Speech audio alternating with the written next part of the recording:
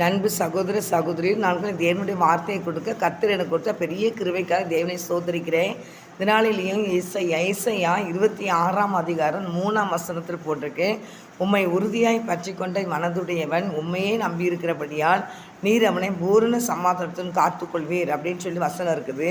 என் அன்பு சகோதர சகோதரிகளே, நாட்கள்லையும் அவரை உறுதியாய் பற்றி கொண்டவங்க பூரண சமாதானத்தோடு என்ன செய்வாங்களாம், அவங்க இருப்பாங்க. பூரண சமாதானத்தோடு என்ன செய்வாங்க இருந்து அவரை நம்பியிருக்கிற அப்படின்னா அவனே நின்று பூரண சமாதானத்தை காத்துக்கொள்ளுதேர் அப்படின்னு இருக்கோம். பூரண சமாதானம் வேணும்னா நமக்குள்ளே என்ன செய்யக்கூடாது, குழப்பங்கள் வரக்கூடாது. சமாதானத்தை பெற்றது அவர் சொன்ன வேதவசன் கூறியிருக்குது.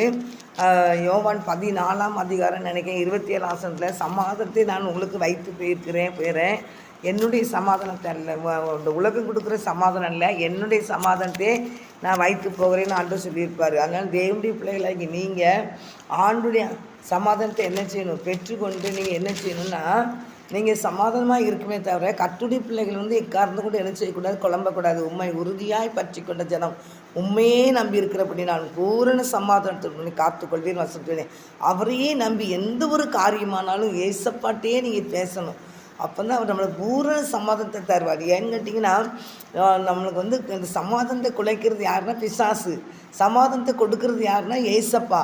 அவர் உறுதியாக பற்றி கொண்டு அவருடைய சமாதானத்தை நம்ம என்ன செஞ்சிடக்கூடாது, விட்டுறாதபடி நம்ம சிக்குன்னு அவரை பிடிச்சிக்கிடணும். அதனால் தேவனுடைய பிள்ளைகளை நீங்கள் அவர் சொல்லியிருக்கிறார், ஆண்டவர் வசனம் கொடுத்துருக்கிறார். அந்த வசனத்தில் 14 யோவான் 14:27 சமாதானத்தை உங்களுக்கு வைத்து போகிறேன், என்னுடைய சமாதானத்தை உங்களுக்கு கொடுக்கிறேன், உலகம் கொடுக்குற பிரகாரம் நான் உங்களுக்கு கொடுக்கறதில்லை, உங்கள் இறுதியும் கலங்காமலும் பயப்படாமல் இருங்கன்னு இருக்காரு.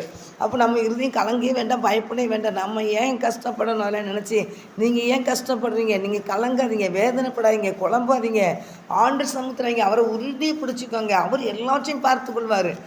ஆண்டவரால் முடியாத காரியம் ஒன்றுமே இல்லை. அவர் பெரிய காற்றையும் அவர் கடல் கொந்தளிக்கிறதையும் ஒரே வாரத்தில் அதை நான் இறையாதே அமைதியில் இரு அப்படின்னு சொன்னார். அப்போ ஒரே வாரத்தில் அது கடலும் அந்த காற்றும் அமைதியில் ஆனது.